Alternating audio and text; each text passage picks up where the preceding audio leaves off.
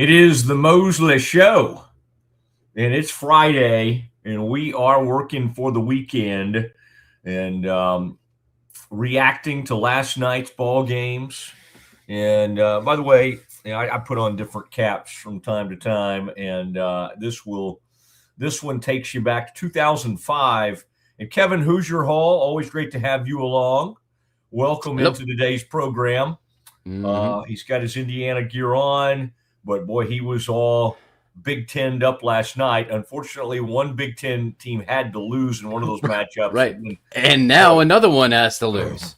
Yeah, and man, the Illinois fighting Illini, that was scary. That's a scary group. They're looking good. And although that first half was tough to watch, if you like shot making, you did not want to watch the first half of that game last night.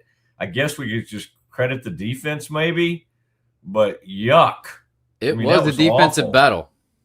It was a miracle that Houston, as bad as they were sitting there at 26-24 down at halftime in fine position. Yeah. And then Illinois just choked them out in the second half. They made a tiny bit of a run late, but the game was over. And, it's kind of like, I got to say, Kevin, that's why you got to Brad Underwood, I was judging the coaches yesterday on how they had been in the tournament and all of that, and you didn't. Right. But his attitude was reflected in his players because that speech he made about, I don't care. I don't care if we're playing in Houston. That doesn't bother us. We've won on the road. He totally blew it off that they had to play in front of Houston's fans. And you and I both know what the UCLA coach would have been doing. Like if that had happened to him, right? It would have been the biggest whine job. Like, oh my gosh, I cannot believe. Because he just complains about everything. Mick Cronin, of course, is who I'm talking about. And unless he was specifically asked about it, and then he would come back and accuse the reporter for that question. Yeah, he'd say, well, it's the reporter's fault. Today's cap, Kev, for me, is the 2005 British Open. Okay. Now, I was there for the 95 one as a student at Baylor. They used to call it Baylor in British Isles. I think Ann Miller kind of started that at Baylor, the late, great English professor. And then by the time I was doing it, Tom Hanks was a famous Baylor professor, and he was kind of leading it. And then the guy that would go on to be the dean of the Baylor Business School, Dean Terry Manis was leading that trip that I went on. And I really liked him, by the way. He and his family, they were really cool. But he became the dean years later, Dean Manis, for Baylor. And then Tom Hanks was helping lead that as an English professor. So if it was the different Tom Hanks, you might have gotten stuck on the island a little bit. Yeah, I don't know. What do you mean by that? It's a Castaway reference. Okay, now that was interesting. That was an interesting that you were talking about the British Isles. Yeah, no, that's good. That's good. It's just hard. I can't always know how your mind's working because I tried to go with that, and I'm like, I don't know what he's talking about. Castaway. There you go. Yes, I love that movie. By the way, basically, 45 minutes to an hour is just him on that island alone. Him and a volleyball. Yeah, and the volleyball did a good job in that movie. I thought the volleyball deserved. I think Wilson, the volleyball, should have gotten some kind of award for just an inanimate object. But he wasn't inanimate, was he? He was. He did some things in that movie. It is the Mosley Show, and Kev, let's start out by. We've got some other things like I am reading all these stories about. Like, I got to be honest with you, it's a cleansing, nice read to read about somebody like Bennett Sturts, the guy that never comes out of the game for Iowa. I'm also reading the stories. New York Times had one. I think The Athletic had kind of the TikTok of all the stuff that happened with Will Wade. And LSU has announced that news conference will take place Monday. It's going to come across just like the Lane Kiffin thing.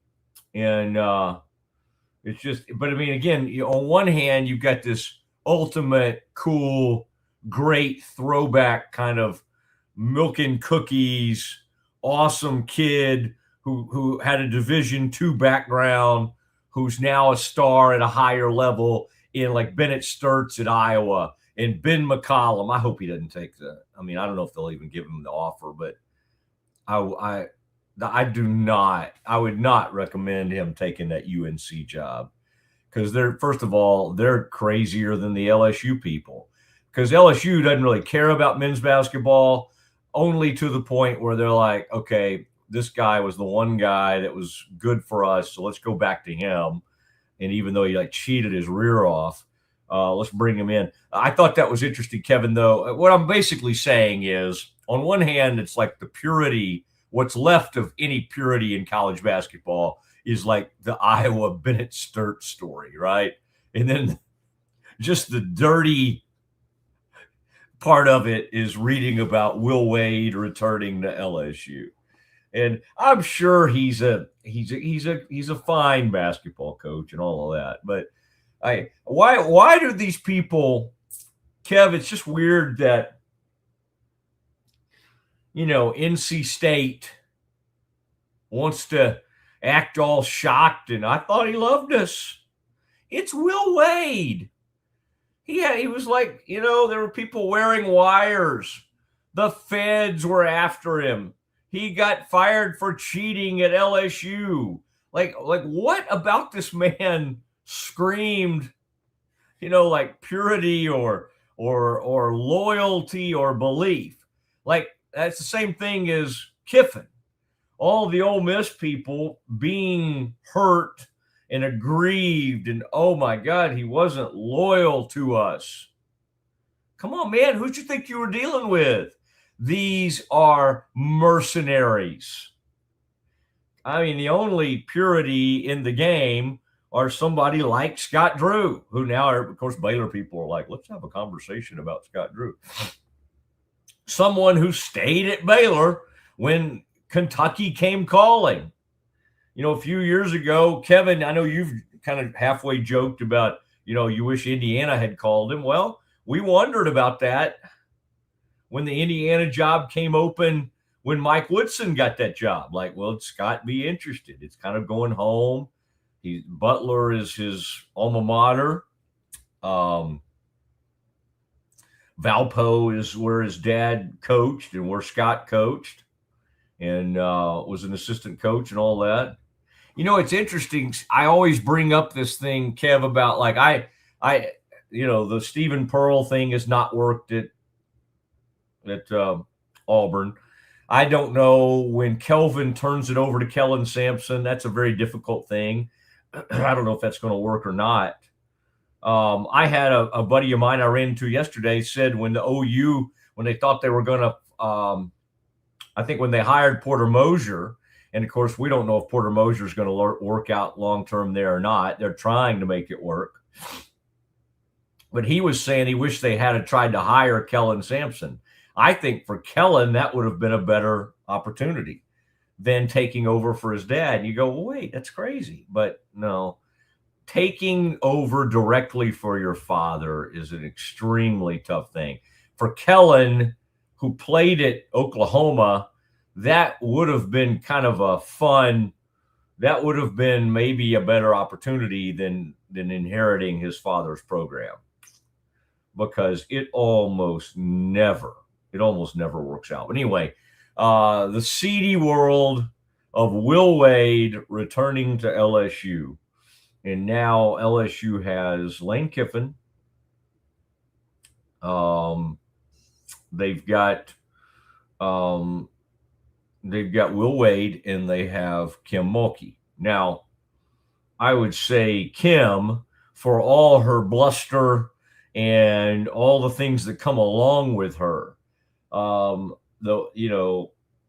in terms of her having any kind of scandal ever attached to her like Will Wade, no, that's not her. And she got along with Will the one year they had crossover there at LSU, and I think he was very good to her, and they got along great. But, what Will Wade is a part of is very much different than Kim.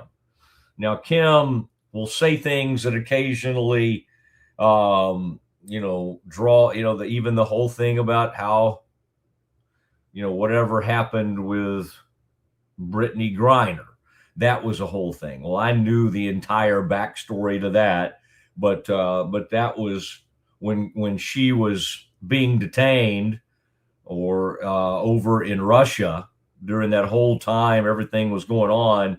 People wanted Kim to do more or say more, and they had no clue like how deep that relationship sort of got sideways in the background. If you cross Kim, nobody holds a grudge like her, but she is not like, she has principles and certainly is not like Will Wade. So I didn't want that to come across as I was putting the three, Kiffin, Kim, and Will all in the same bucket. I would say Will, Wade, and Lane Kiffin are people not to be trusted. Kim is extremely loyal, but once you cross her, and boy, she got crossways with Mac Rhodes, and that spelled the end of her time at Baylor, unfortunately. And the Baylor president at the time could have stepped in, and honestly, she did not want to. She deferred at the time to Mac Rhodes on all those things, and maybe too much. Well, who knows? I just know that obviously the Baylor athletics program, and you can blame whoever you want, is Doug McNamee has inherited a mess at a lot of different levels. Now, he's got a great attitude and a great approach, and he's a Baylor guy, so I think he's done some really cool things to try to connect with the fans.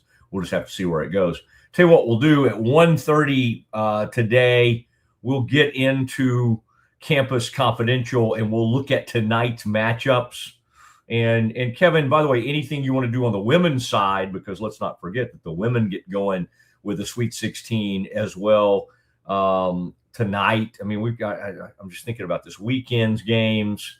So the women's tournament fires back up, and we probably need to do a better job in sports. We just had so much baseball this week and the NCAA tournament. But I noticed everybody said, oh man, I'm missing the games like Monday and Tuesday. Well, the women were playing. The women's tournament was continuing. So probably need to do a better job of sort of monitoring that and watching all that. But all that will get going again on ESPN. And I would say, Kevin, from a women's NCAA tournament standpoint, the interesting stories to me that UVA, and I thought, well, wait, how did UVA get good at women's hoops? I don't remember them being particularly great at women's hoops. Well, I looked into it, Kev, and it turns out that someone in the program decided to pour a ton of money, a little bit like what happened with Texas Tech softball. An individual that is connected to the UVA program just decided we're going to pump some major money into this program. And UVA, which was not it's a little bit of a surprise. I think they were like a 10 seed in this tournament, is alive and kicking. And I think they made the Elite Eight already. We'll check on that for you, but they've got a huge game coming up. But I don't want people to think that we're not monitoring the women's program just because the old Bears got knocked out. We are. Incidentally, the first game starts at the same time as Campus Confidential starts here. Okay. Can you look at that UVA? Who does UVA play? UVA plays tomorrow, 6:30. They play TCU. In the Sweet 16. And Mark Campbell in the Sweet 16, yeah. The game at 1:30 is Notre Dame at Vandy. Or not at. Yeah, wherever that regional is being held. Okay, well, good, Kev. Let's keep an eye on that. Yep. on the women's tournament, because what I don't like doing, I'm so into the men's tournament. I admit it. I love it so much that occasionally I will get distracted, especially when the Bears check out. But TCU, big part of the Big 12. There's good news and bad news on the women's front, Kev. The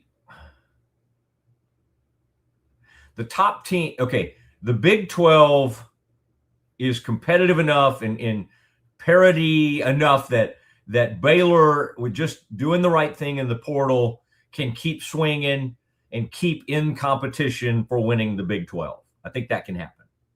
That's it. I don't think there's anybody in the Big 12 that can stay on the court with LSU, South Carolina, University of Texas. All right. I may be missing. There might be a fourth team in the SEC that's really good I'm not thinking about. But Baylor played University of Texas in a non-conference game up in and I know they got a player get hurt in that game. So it wasn't totally a fair fight, but Texas blew them off the court.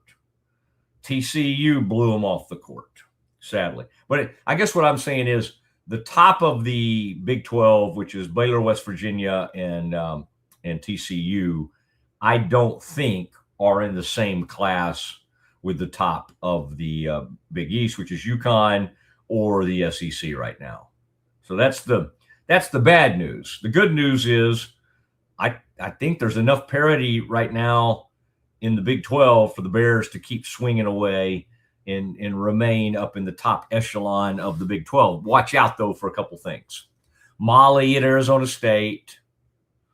I don't know what's happening with Iowa State in women's basketball. Kevin, I just looked and everybody's left the program. They all are. And the good news is maybe some of them will end up at Baylor. But even Audie Crooks is thinking about, I don't think she's made a decision yet, but she's thinking about leaving that program. I don't know why. That's been a really, really good program over the years with Bill Finley. He's been there a long time. I don't know. Everybody's leaving that program.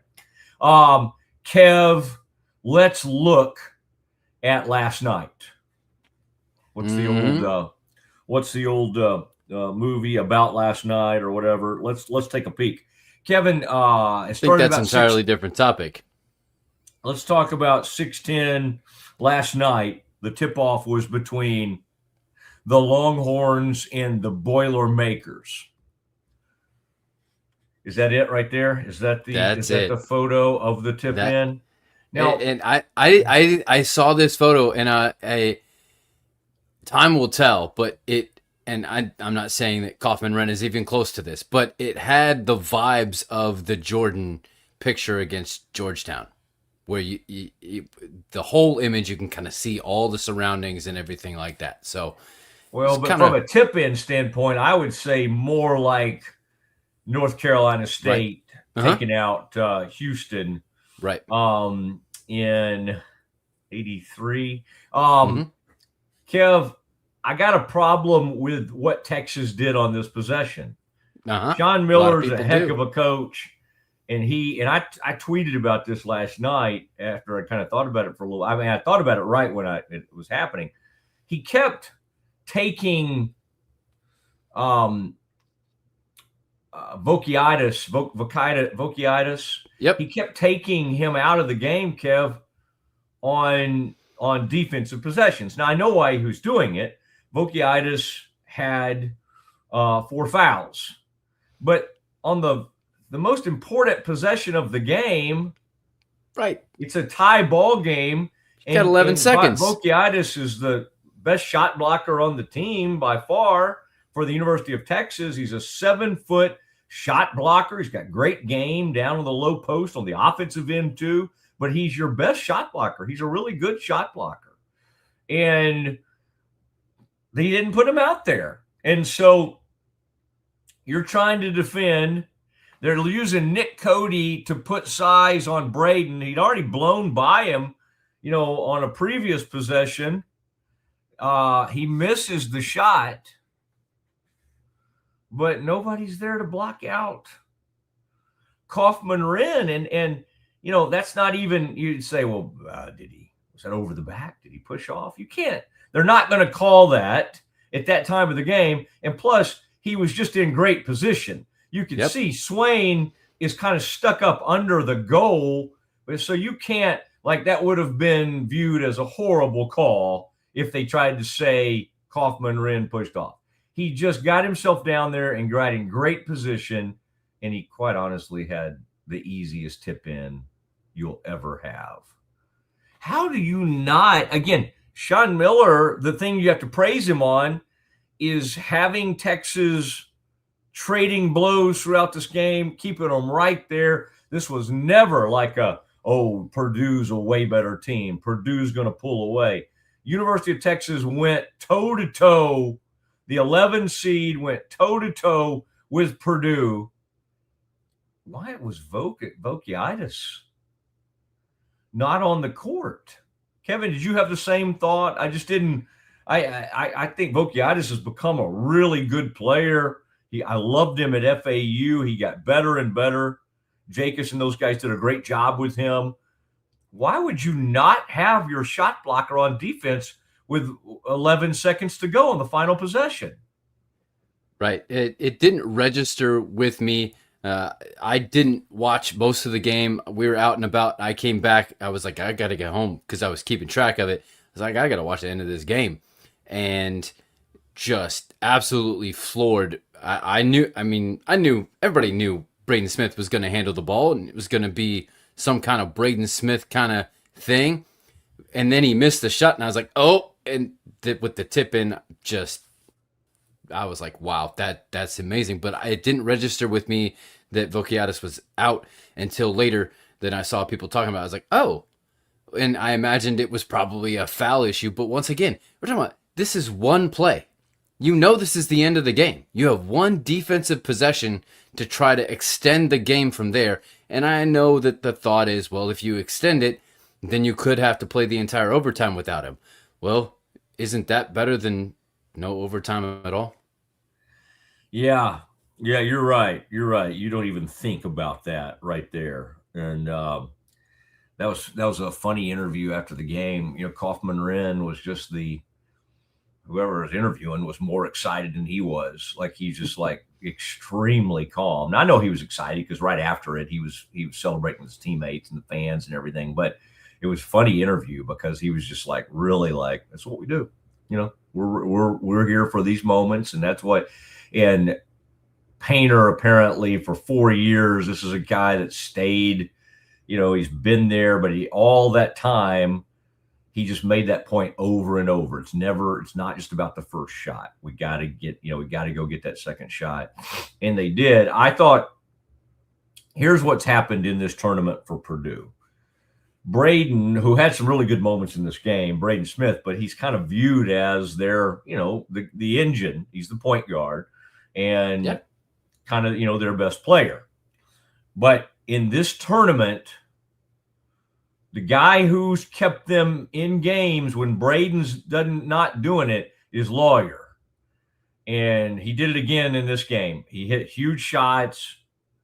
And by the way, for Texas, they had some studs that played through. There's some players at Baylor that have infuriated us for not being willing to at least try to play through injuries. And I can think of one 3-point shooting guard who transferred to Texas. I can think of Langston Love who transferred to Georgetown.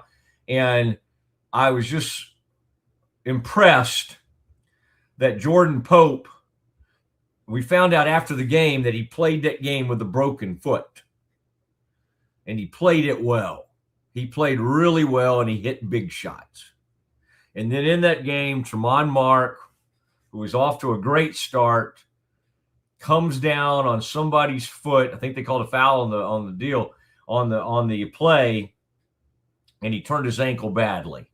And it just didn't look good. Didn't look like he could do much, and they rewrapped it. And he went out there and he just limped all around the court and ended up scoring 27 or 29 points. He was awesome. He was a shot-making dude in that game. Okay, and I thought Texas. So, okay, Kev, in the other game, in the other early game, and we'll spend more time on these games because the late games, laughers. Both of them. U of H tried to finally get something going late, and they couldn't do it. But let's talk about Nebraska and what happened with Iowa in Nebraska. It's a tough deal for Houston because Nebraska, you want the Nebraska people staying around. I saw that next games, and it went from like a 200 and something $dollar ticket just to get in the door, down to like a $40 ticket. We're talking about the Elite Eight going from the Sweet 16 to the Elite Eight. And it's because most of those Nebraska people will go on home. Right. They've been having a great time. That team was in control of this game for a lot of it. It just kind of looked like, hey, they'll probably get this thing done.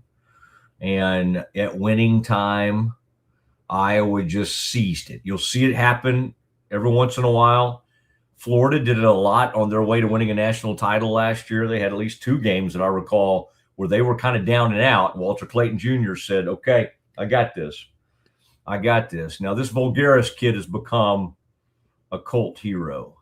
But, Kevin, there was a moment. Now, you called the 2 upsets, although, when somebody's picked by 1.5 points, it's not a huge upset. But it was a 9 versus a 5 or 4, whatever it was. Kev, this is where you recall me saying I felt like I was being disrespectful to Hoiberg, that I felt more secure about Coach McCollum. I think I voiced that yesterday. Yeah. I just felt like he was the better coach, but it felt disrespectful to Hoiberg because he'd been doing it at this level for longer, Kev. And Hoiberg took responsibility for it. Who knows exactly why or how it happened? You're at the huge part of the game. Iowa clinging to a 3-point lead. They're trying to inbound the ball. Nebraska desperately, trying to guard the inbound and get the ball back. I can't remember, Kevin, exactly how much time was left, but I would say somewhere around maybe 30 to 40 seconds left in the game. It was right around a minute. Okay, about a minute. What you have to do is, first of all, these teams that are down 3, you don't have to pick them up full court. Sometimes it ends up helping the other team. You can just play defense for 30 seconds and get the dang ball back. If there was as much time as Kevin's saying there was, which I have no reason to believe he's wrong. I mean, I don't recall Kevin getting anything wrong over the years. But Kev, Nebraska went back out there and they didn't put 5 on the floor. They only had 4 guys on the court. And Fulgaris gets loose for an easy fast break. And I think did he get fouled on it? And that's what made it. I think that's what made it 6. They went from 3-point deficit to a 6-point deficit. Fulgaris is awesome. He's awesome. So today already McCollum has admitted to not knowing that they only had 4 on the floor. And he was like, I wish I had known that. And I could just take credit for calling the amazing play. He's like, I didn't know it. I think, did I send you that Fulgaris clip? Uh-huh. Do you have it? I've got both he and McCollum talking about it. Oh, good. Let's hear. I love Fulgaris. He's a funny guy. He comes from the mean streets of South Spain. All right, he's from Spain. Here is the great Alvaro Fulgaris talking about Nebraska only having 4 on the floor.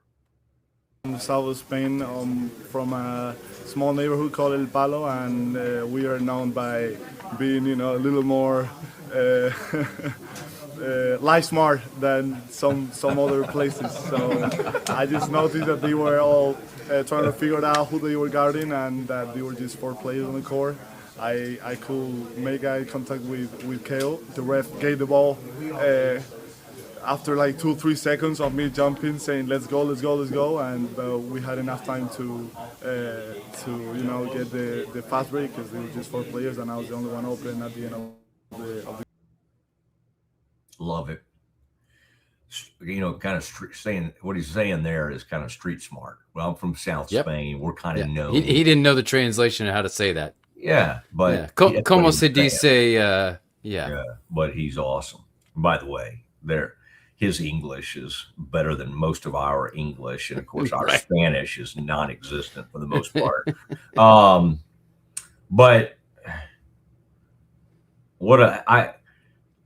people are like, oh, we don't not enough Cinderellas, not enough this, not enough that. You still get like folk heroes. You still get amazing stories, and I'm sure Folgueras has been a really nice player for them all season, right? But for the rest of America, we don't get to know Folgueras until this stage.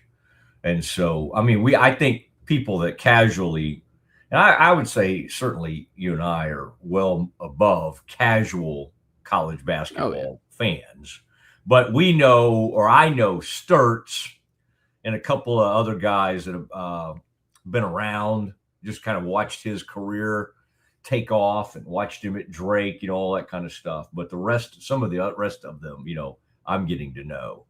Kevin's a Big Ten aficionado, so most of these players he's familiar with. Now, Iowa, and what'll happen is, Kevin, and by the way, what a run for Nebraska. I hate that it ended in infamy with having 4 on the floor, because, they may not won that game anyway. It just kind of looks ridiculous when that happens. Those players, Sam Hoiberg, who is the guy that should have been on the floor? He's kind of a lefty or whatever. I love that guy. Nebraska had some players that I really, I think he comes off the bench. Who's the really good 3-point shooter for Nebraska? Number 21. Sanford. I think his name's like Sanford or something like that. Okay. Man, I love that guy. I love some of these Nebraska Bryce players. Sanford. Yeah. He's good. He reminded me of one of those kids from Hoosiers. That's a great team. It's a great team. Hate to see him leave. Now, Kev, we may save this for the 2 o'clock. May save those late games, because you and I are about to get into tonight's games and whatever else you want to get into, Kevin, because we have some college stories. We got Will Wade, and what really is just almost embarrassing for the LSU and everything is they call him the General. I don't even really get it. And then they call the LSU fans the Brigade. And so today they announced that on Monday, the General will address the Brigade. Ugh. Do not compare sleazy college basketball coaches to our heroes in the military, our men and women who defend us. Don't do that. I mean, all the war kind of stuff, especially when there's actually something going on, when there's war going on, spare us. We don't want to hear about General Will Wade. I would say he's about as far away from that kind of designation as any coach that's ever come along. All right. There's one story out there, Kevin, and I meant to look at it before I came on today, but I'm kind of excited to read. It's a deep dive into explaining why Rick Pitino may be the greatest coach of all time. I don't think I would say that, but I'm very interested in hearing someone's defense or someone's case, making that case. That interests me greatly. We will discuss a lot of these things in something we call Campus Confidential. Ready for a better kind of primary care? At Patient First Direct Primary Care, you get unlimited office visits with same-day or next-day availability. And instead of rushed appointments, we take the time to actually listen. There are no insurance hassles, just clear, simple care. You can reach us by phone or text because access shouldn't be complicated. Our practice has expanded to include Medicare-age patients as part of our direct primary care model. It's a fresh alternative to the traditional insurance or government-driven systems, care that finally puts you first. For more information, go to patientfirstdirect.com. At Schmaltz Sandwich Shop, we don't just make sandwiches, we build them with fresh ingredients, bold flavors, and homemade baked bread every single day. Toasty on the outside, goodness on the inside. Schmaltz Sandwich Shop in Waco is locally owned and operated since 1975 with 2 locations in Waco, Town West off Valley Mills and downtown off 5th Street. Whether it's lunch, dinner, or just a craving, we got the perfect bite waiting for you.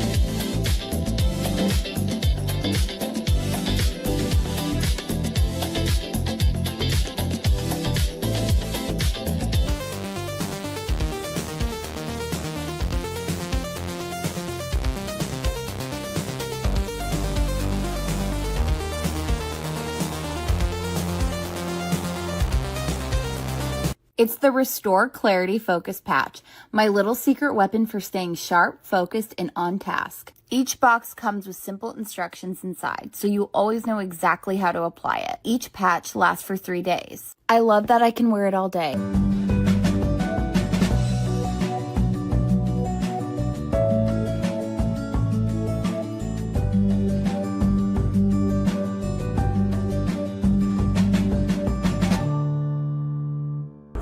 But boy, it looked effortless. Man, watch this. Layups, floaters, threes. He was like an unsolvable equation. I was born like this. His resilience, his strength, his belief, adversity never stood a chance. Know your power. It is the Mosley Show as we roll on, and we've got a lot planned for you. We've got. I've really enjoyed hearing from Coach Aranda and Coach Clanderman, and then yesterday I was listening to the safety room, Bo Onu, Devin Turner, Kobe McAllister, new guy. So there's some fun stuff there that I want to, as we get into the 2:00 hour, we'll do a little Baylor, and then we'll also react to last night's games, U of H. I hope that's not the way I want Kelvin Sampson to go out, just getting completely outclassed by Brad Underwood's Illinois team. And I some of it was Illinois' defense. Some of it was the Cougs just had a horrific shooting night. I looked up at one point and they were like 9 for 33 from the field. That was maybe after they hit a few. I mean, it was awful. It was so awful in the first half. And they were still in the game because of defense and Illinois not making shots. But Wagler and some of the others, they got it going in the second half. And that's a great freshman. I don't know, man. It's hard to say who I would want as an NBA team. I don't. Right now, the Mavs, Kev, are in the top 7 picks, and is kind of where their record would put them. And what's funny is the only way I think you could go wrong is with Darren Peterson of the top 7. There's just a lot of really great directions you could go. with and one of those is Kingston Fleming's, and Houston was not good, but man, I love that kid. I still love that kid. I love the way he competes, and I don't, Kevin, I don't, agree with people who say, well, these one and dones, they don't care. They don't even care about class or whatever. Well, they may not care about going to class, but anybody who suggests they're just there to play a little ball and they don't care, watch them after these tournament games. Like that kid he was almost inconsolable. He was crying after the game, that Kingston Fleming's. They flat out care. I mean, go tell like the early days of the one and done, like Carmelo at Syracuse. Well, that dude still gives huge money to Syracuse and still has an enormous attachment. They won a national title with him. Are you telling me because he only stayed 1 year, there's no attachment to the university? I never buy that. That's why I'm not with this whole Baylor, like, let's stop doing the one and dones. Okay, be careful. Be careful, because, I don't know. I kind of enjoy those dudes watching them play. All right, Kev, let's do some Campus Confidential. And to do that, I will turn it over to the one and only Kevin Hoosier Hall. All right.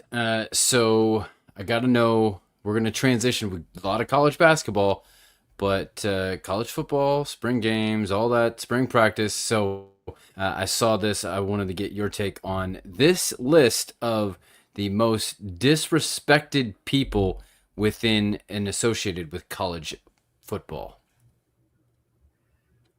Oh, and JD. Okay. This Wrongly. Is a young man that I've mentored over the years, and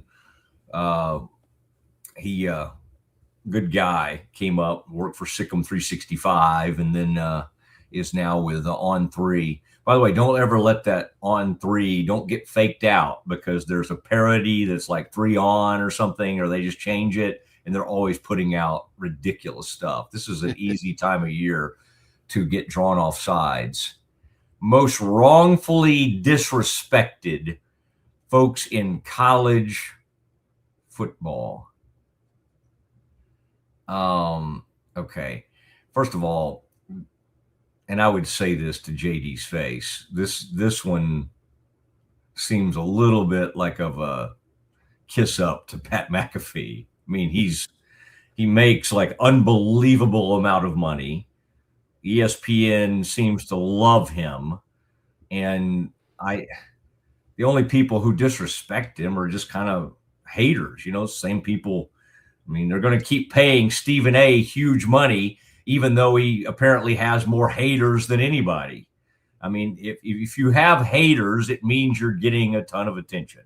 And so ESPN loves all that. So, I don't think we need to be running to the defense of Pat McAfee. All right. Second of all, let's see, who's at the bottom? Heupel, that's a Tennessee coach. Most wrongfully disrespected. So this would be they deserve more respect. Thanks, Kevin. I didn't. Well, yes, but okay, that's together. That's fine. It's not for you; it's for our listeners. So I'm with you, but I think they're also looking at you like I did. Like, we get it. All right, cool. Okay, I don't think. First of all, like, most of America doesn't know Mike Bobo and wouldn't even be able to tell you what he does at Georgia. Now, right. I know he's their play caller and offensive coordinator or whatever, but he's not some kind of huge household name. So I think you have to be sort of known by most even just casual observers to be someone huge. I think what JD Piquel's trying to say here is that Bobo maybe is like really good and he's just not known that much. And so that means he's disrespected. All right. So let's take a look at the top 5 then, because I think some of the bottom 5 can kind of fit within that category, and you already addressed Pat. So let's take the top 5. Does Kalen DeBoer deserve more respect? I don't know. I mean, you know what you're signing up for if you follow Saban at Alabama. I thought he was great at Washington. I thought it was not going to go smoothly at Alabama, and it has not. He certainly has his moments, but so wrongfully disrespected, I don't know. Dabo's a more interesting one to me because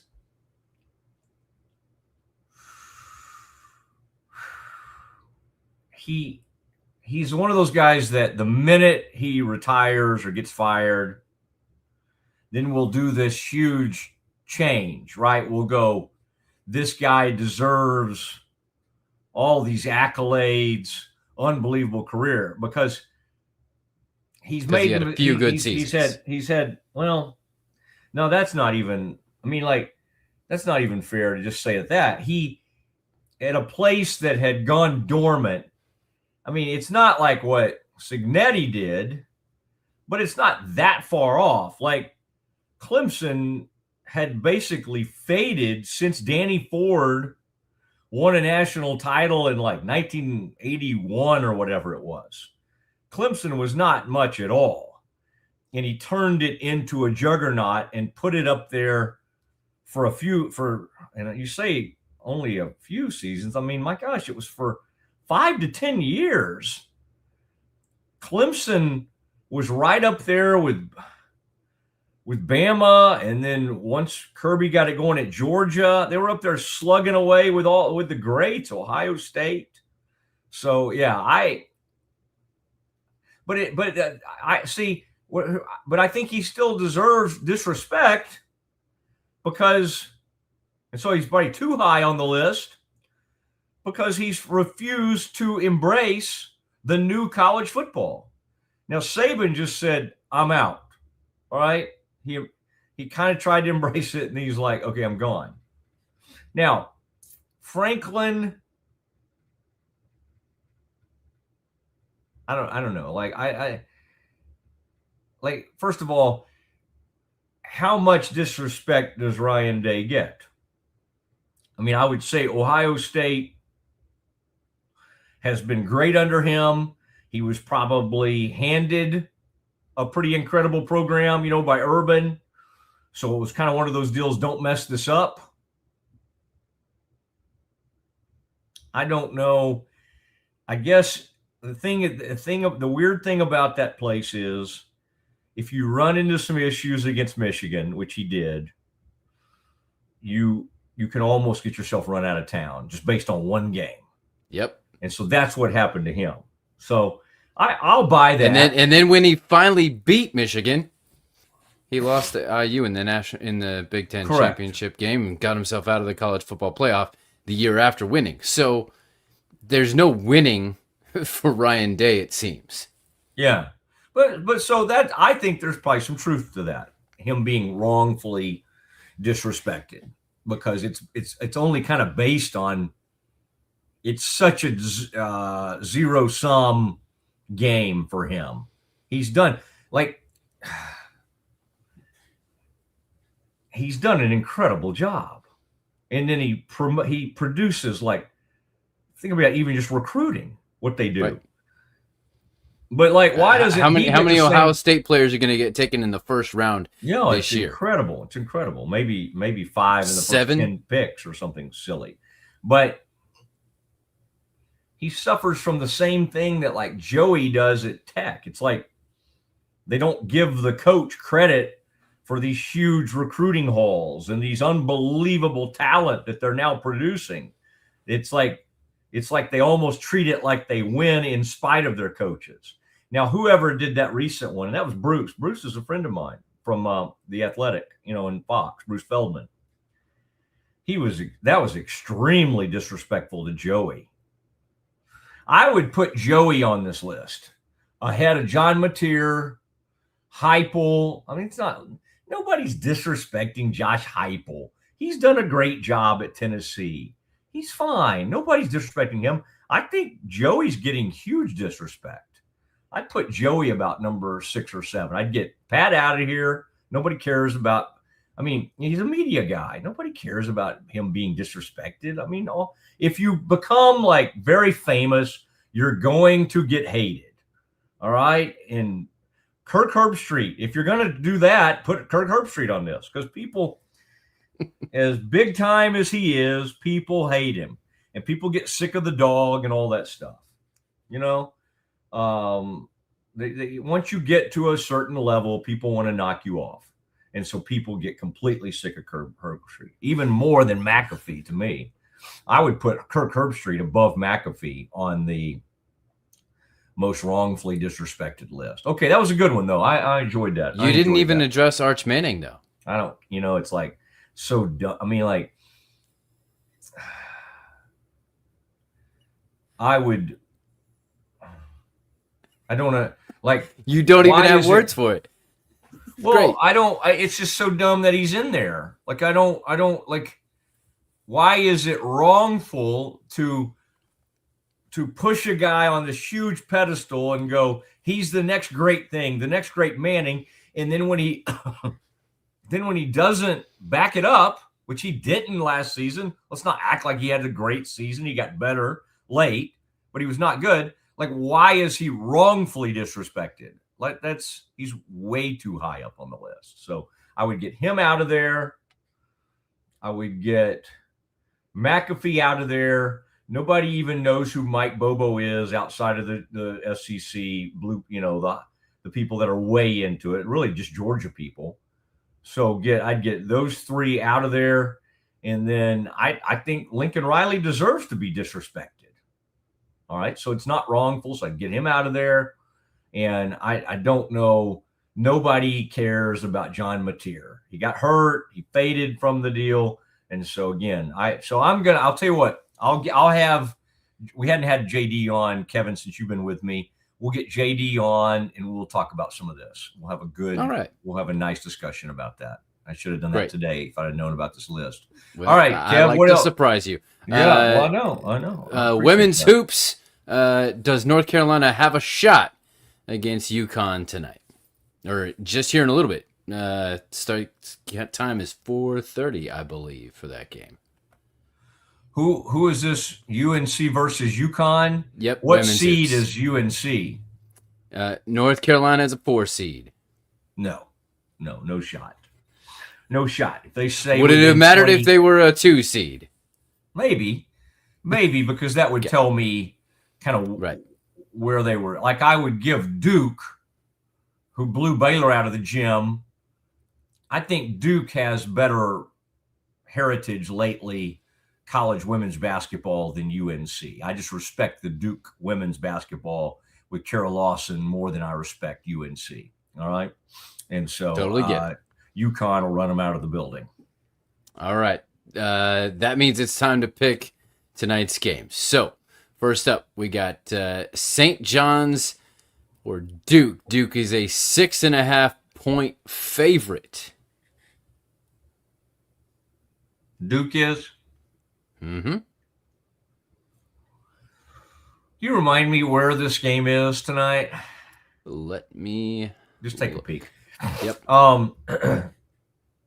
Because I can't remember if it's just interesting whether it's on the East Coast or West Coast or wherever it is. There's some of these games that are in San Jose. Some of them obviously are in Houston. I was trying to see where this DC. one was. Okay. Okay. See, so it's kind of like right in the middle. I've been to a Duke game at Madison Square Garden, and it's scary. Now, St. John's would be one of the few schools that it could hang with Duke at a game at Madison Square Garden. Although I promise you, the Dukies would hammer that place. So DC, some people would think because of DC in their proximity to New York City that this would favor St. John's. That would not be true. Duke's going to show up huge there. Man, this is going to be fun. Here's what I have. St. John's will cover. I'm going to go ahead and take St. John's to win this game. I love that kid who, I mean, they're not usually known for hitting a bunch of threes, but I think his name's Hopkins. In that last game out, I mean, he was awesome hitting all the threes. And then Ejiofor is just he's a tremendous college player. I have thought since the first game in this tournament, Duke has just looked shaky. I like Evans. I like both boozers. Do we know if they're getting that guy back in this game? Are they getting Foster back? I didn't know. I couldn't, there was some thought he could be back at some point. I just didn't know if he was or not. Again, they're good without him, but he would just help them if they got him back. They got the big man back last game. Look, sounds like Duke is saying he will try to return. He's going to try to play. This is going to be fun. I mean, because you've got the old guard, tremendous coach against a great young coach. I just don't love how Duke has looked, and I don't love how Cam Boozer has played. I think his brothers played really well. I thought Caden bailed them out against Siena. I really do. I thought Caden came through in a big way.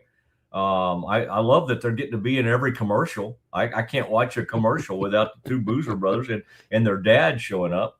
Right. The dad looks even younger than when he played. You remember he used to try to almost like Marks-a-Lot hair on and stuff. And he was doing funny stuff with his hair. Now that he's just gone completely shaved, he looks great, man. The dad looks younger than I remember him when he was playing.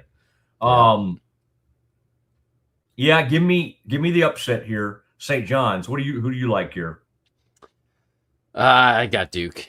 They've just been so dominant, and St. John's has had their questions kind of throughout the season, and they seem to be putting it on at the right time. I just don't trust them against Duke when it comes down to it. I think Duke had their little stumble early, and they're moving on. So. I do not think they've looked dominant. But this will be, by the way, did you see that stat? It just made me think back to something about Iowa. Like, McCollum has almost as many wins or something as McCaffrey did. In how many seasons was he there? He was there a long time. Wasn't he there 14 seasons or something? Yep. And McCollum's just rolling. Golly, though. I think that'd be a bad move on his part to take that UNC job. I really do. Somebody's going to take it. Iowa. That was such a match made in heaven. You think he's going to leave after one season and one little success? Do the Hoosiers wonder why they didn't go after him? Seeing how successful he is now and everything. There's talk in IU circles about that, but the general populace thinks, well, McCollum was going to Iowa anyway because that's where he's from. That's his roots. So that's where he was going anyway. IU did not have a shot really at him.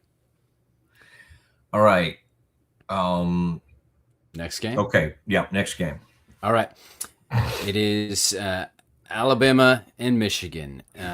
Michigan is a 8.5 to 9.5 point favorite, depending on where you go. It's the largest spread of any game, Sweet 16.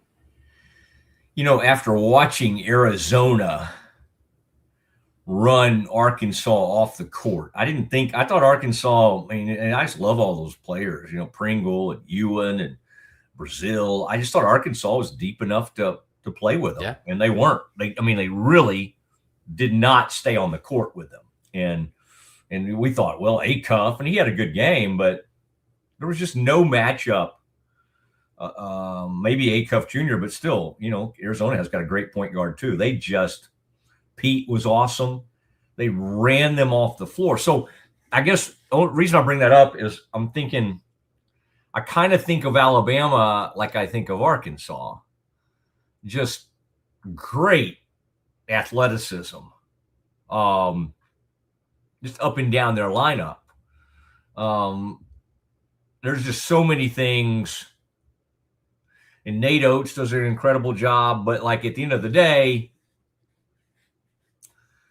you know, as I said the other day, that three-headed monster of what's his name, a day, you know, like you got 7'2", whatever, then you got 6'9", Lindeborg, and then you got another 6'8" or 6'9" player. You just kind of, they just come at you in waves. They just got so much size, and then they're fine at guard. I mean, we tried to act like Michigan was going to be missing that guard who's been out for a while now. And honestly, they don't miss him. I mean, he would help. Don't get me wrong, but it's not like and so far Alabama hadn't missed Holloway. Let's also bring that up. I thought he's a really good player, and of course, if they lose this game, somebody will go, well, if they had Holloway, it would be different or something. Let me just say this: Nate Oates in Alabama will put up a better fight than Arkansas put up against Arizona, and the line is about the same. What'd you say, 8.5 or 9, Michigan? Yeah, depending on where you go. Yep. Give me Bama to cover, but Michigan to win the game. Michigan all the way. It's going to happen. Even you think they'll cover the 9? Yeah, you think they'll cover the spread? Yeah. I even though I still think that Michigan is the third best Big Ten team left. This one I think is better. Michigan State and UConn. UConn is a 1.5 point favorite.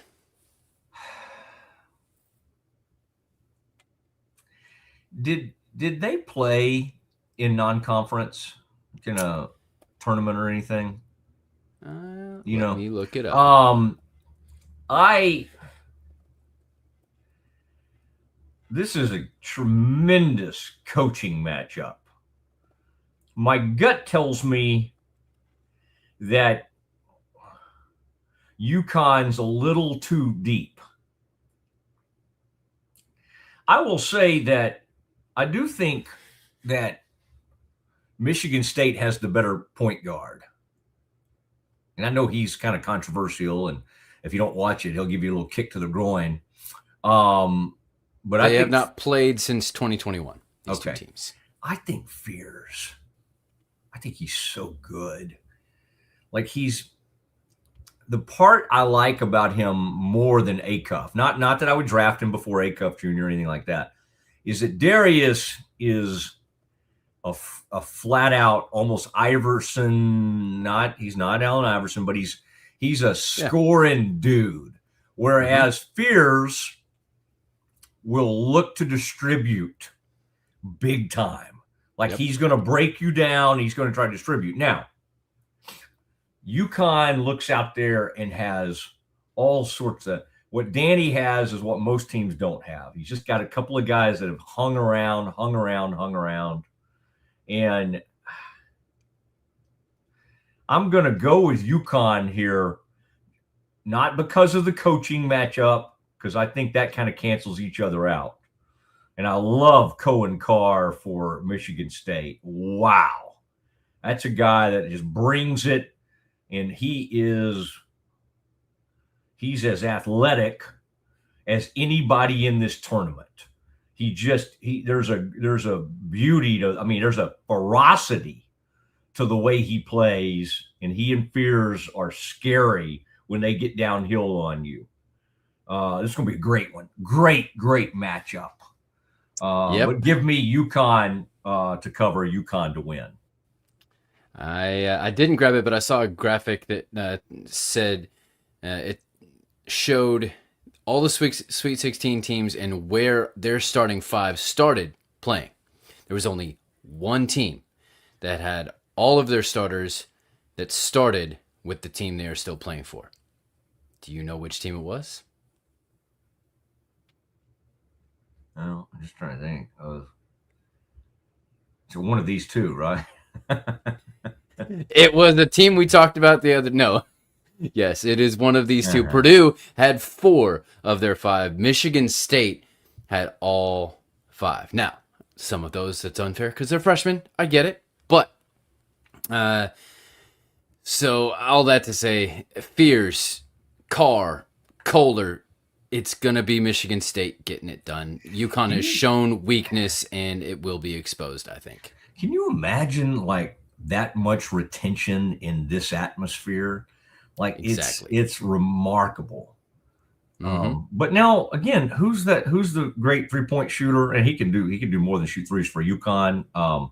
He's now been there. This is at least his third or fourth year at UConn. I mean, I remember him being a part of those title teams, and he was a big part of at least both title teams, or just the second one. I don't know. You know who I'm talking about? Who's their 3-point shooter? That's been there for a good while at UConn. Yeah. He was at least a part of the second one title team. But as a freshman, was he a part of that first one? Anyway, he's great, and you love having a dude like that has that much and is willing to shoot that shot. He is totally willing to want that ball. Now,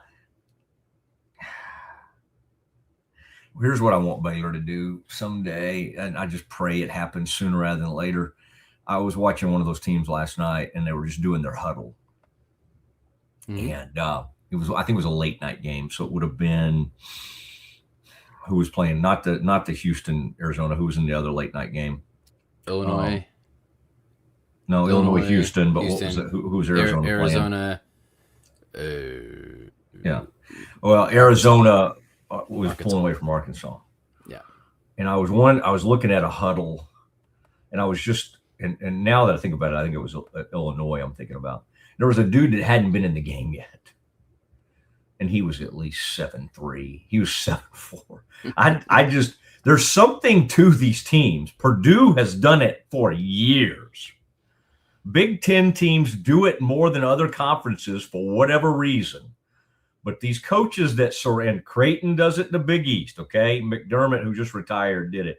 These coaches who surround themselves with people like these old school lineups where it's like, and Texas is trying to do it too. 7 foot, 7'2", 6'10". It still plays in the college game, okay? Yeah. It still plays in the college game. Yeah. Florida does and not a 7-footer who shoots a 3. Most of the time, Illinois has like those, a massive shot blocker. That kid at Texas is awesome.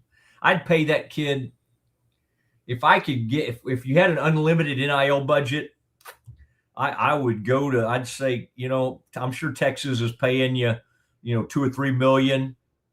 I think we can get you to 4.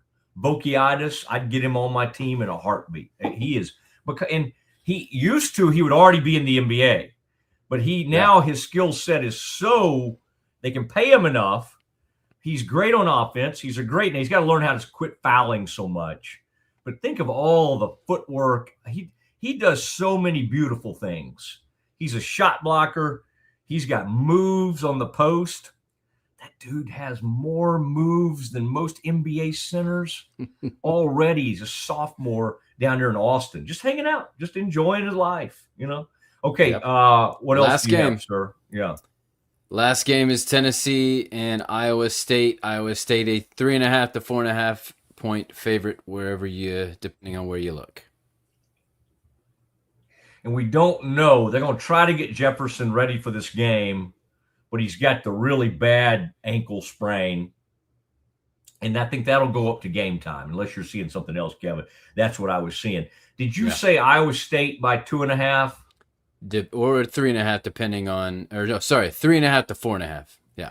Let's call it 4 for our show purposes right now, if it's kind of caught in between.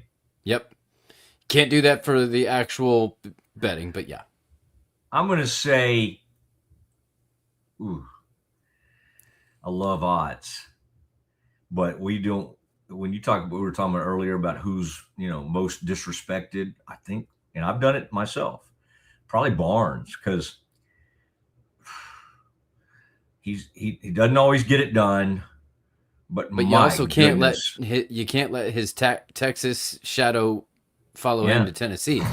I think you're right. Although Tennessee, let's not act like he's won a national title. And I don't know, has he taken Tennessee to a Final Four? I don't think so.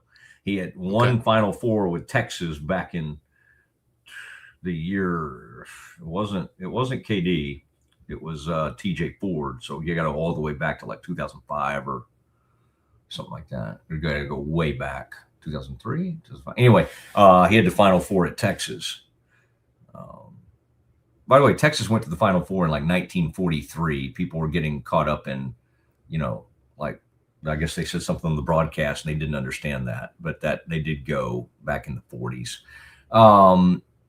This is a difficult one for me because without Josh Jefferson, if he doesn't play, and he's probably not going to be himself, even if he plays, I'm going to go ahead and pick Tennessee and Barnes to win this game. I think they're both incredible coaches. They really are. And for Rick just showed off because Texas was tired of him and things had gotten stale there. And that was all. Within like 2 or 3 days, he was the head coach at Tennessee. And they just picked up right where he left off, and they go to the tournament every year. They're good every year. They're top 25. This guy is incredible, so both these guys. And I would just say Otts should not go to UNC either. He's awesome. And I read today that his wife played at Iowa State, and she's an Iowa State grad and beloved there. And so we think he'll stay there in Ames. But that's from an ego standpoint and a money standpoint, it's hard to turn down UNC if they come calling. Yeah. And he's good enough to be considered for it. Right. A couple of years ago, Scott would have been considered for it. And I'm sad that things have kind of faded enough in the last couple of years to take him out of consideration. I'm glad that he won't be taking the job. And I don't think that's totally fair to him. But unfortunately, Scott is not viewed right now at that. That would be a tough hire for them because Baylor's coming off such a bad year. All right, buddy. Good stuff. Really good stuff. Okay. That was Kevin Hoosier Hall with Campus Confidential. Kevin, I want to do a couple of things here. We can look back at last night a little bit, but there's a couple of Baylor things I want to do. And I have been listening to Dave Aranda and the new defensive coordinator, Joe Klanderman. And I'm not going to come on here pumping sunshine and go, oh, this is, Baylor's going to be, whatever. I'm not going to do that. It's not, we got to prove it in the fall, right? The Bears do. But fascinating comments from both Dave Aranda and the new defensive coordinator, Joe Klanderman. Let's hear from them next. Enjoy a quiet atmosphere with beautiful river views at the Brazos Landing, located in Waco along the Brazos River across from McLean Stadium. Enjoy homemade dishes like shrimp and grits, chicken piccata, braised short ribs, prime New York steaks, and more. Plus, enjoy a delicious dessert like creme brulee or key lime pie. Open for lunch and dinner Tuesday through Sunday. Brazos Landing in Waco, the only place where I-35 and the Brazos River meet. Okay, that was really great for the first time on your own. Let's maybe take a break and then we'll come back and do some more. Sounds great.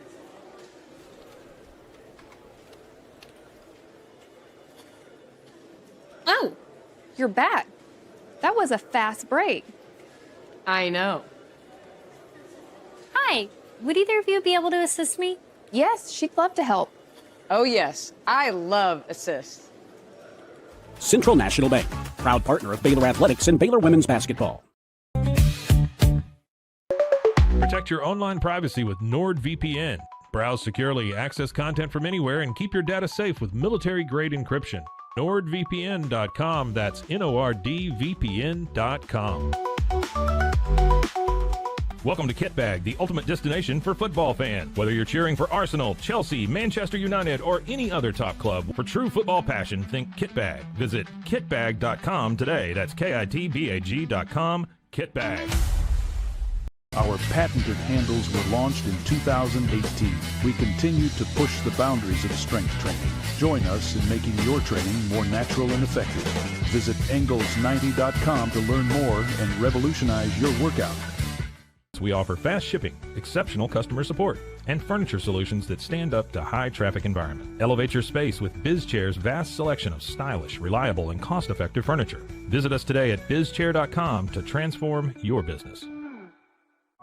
Circulon C1 Series Clad with Scratch Defense Non-Stick. Maximize cooking, minimize cleaning. Discover the unmatched durability and elegance scratch-free, worry-free, forever. At Tusane's, we understand that maintaining a healthy lifestyle can be challenging, especially in today's fast-paced world. That's why our mission is to make fitness accessible to everyone, anywhere. Visit Tusanes.com today and start your journey to better health. That's TOUSAINS.com. Farmhounds offers natural treats and chews made with quality products that support family farm, regenerative agriculture, and humane farming practices. Give your dog the best with wholesome, organic ingredients that promote health and happiness. Shop now at farmhounds.com.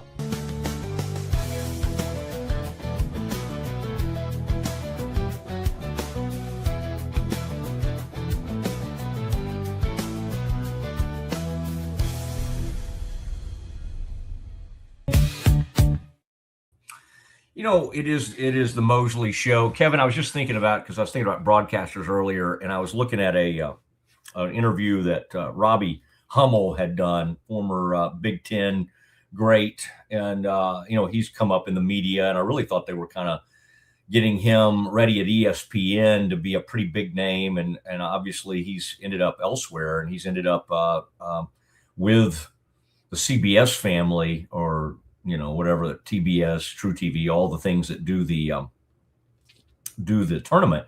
And so he's been part of that broadcast group. I think he's with Van Gundy and Harlan, but he's great. He really does a good job. And when he was at ESPN, he was starting to sound more and more like Billis, just with his intellect and his ability to kind of break down games. Of course, Fran Fraschilla remains my favorite, even though Kevin, he hasn't texted me back today. I was thinking about getting Fran on today, but that's okay. Robbie was headed toward sort of a little bit like Billis, but he comes across, I don't know how he is because I hadn't been around Robbie. He comes across as like far less arrogant. I have interviewed Billis over the years a few times, and just observed him and talked to people that have been around him, and he is an enormous. I mean, everybody in the business has an ego to a certain extent. His is enormous, and he just comes across as pretty arrogant. He's also good. I don't want to take that away from him.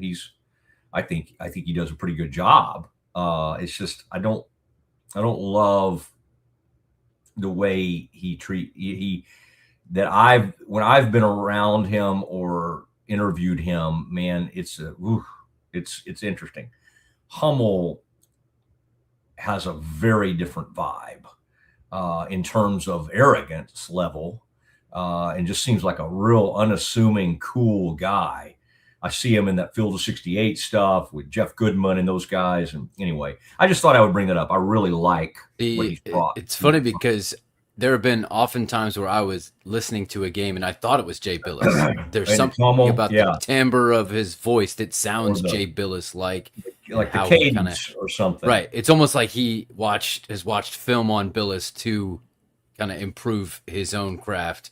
Maybe. But yeah, but I think this is just a theory I have when I hear, this person is nicer than this person. Where do you think? Do you know where Jay Billis is from? I think a lot of it has to do with upbringing. I feel like he was born in Durham, North Carolina. You would think, right? Where was he from? He was born in San Pedro, California. Oh, Billis, California. Do you know where Robbie Hummel is from? Is he from out there? Or is he from? the Midwest. He is from Valparaiso, Indiana. Interesting. Same place as Scott Drew. Yeah. So, but where Midwest. I wonder where Homer was when Scott was born. Wouldn't that be interesting to know? I guess we could figure that out. Scott is now 54, 55, about 54, and Homer would be about 80 something. Yeah, we'll figure that out someday. That's okay. Interesting point. Very interesting point. I mean, not that we would paint California people with a broad brush. Very non-arrogant, great people come from California. But it's not in Billis's case. Okay, Kev, I wanted to check in. I had sent you a text, and we'll hear from Scott Drew here in a moment, because he was really good the other day, and we want you to get to hear that, in case you missed it. But occasionally, if we do something really good, we'll re-rack it and let you hear it again.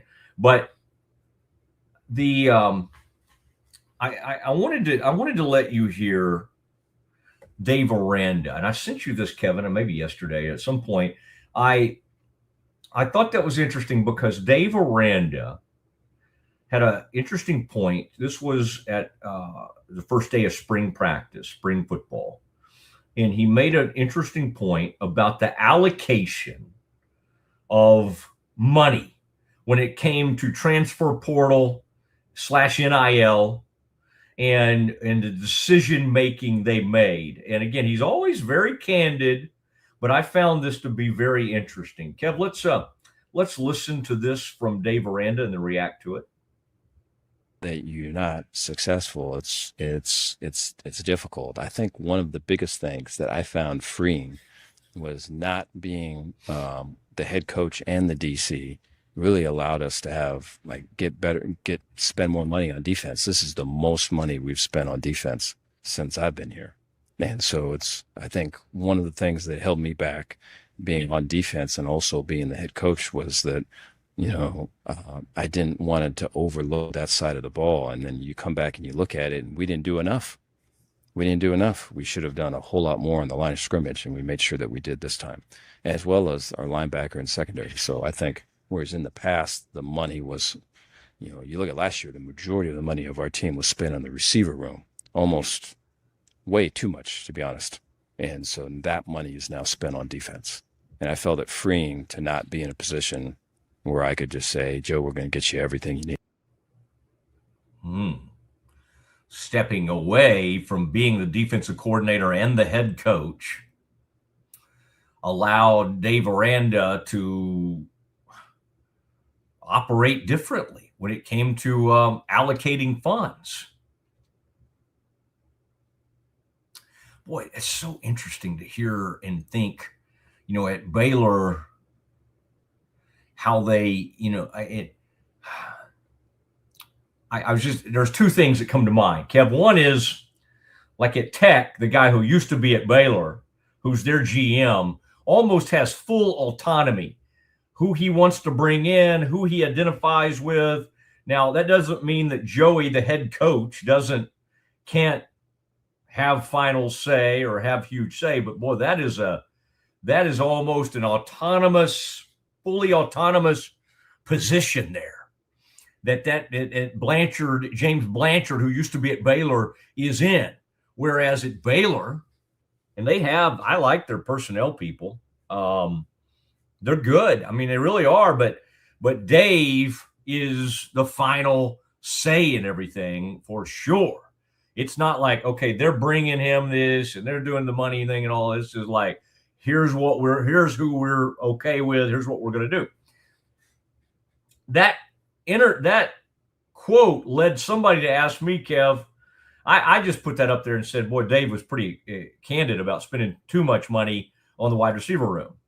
And I put that little comment up, Kevin, on Royden Ogletree's video that we're using, by the way. I think that may be from Siegmund 365. But anyway, I want to always give our people credit. But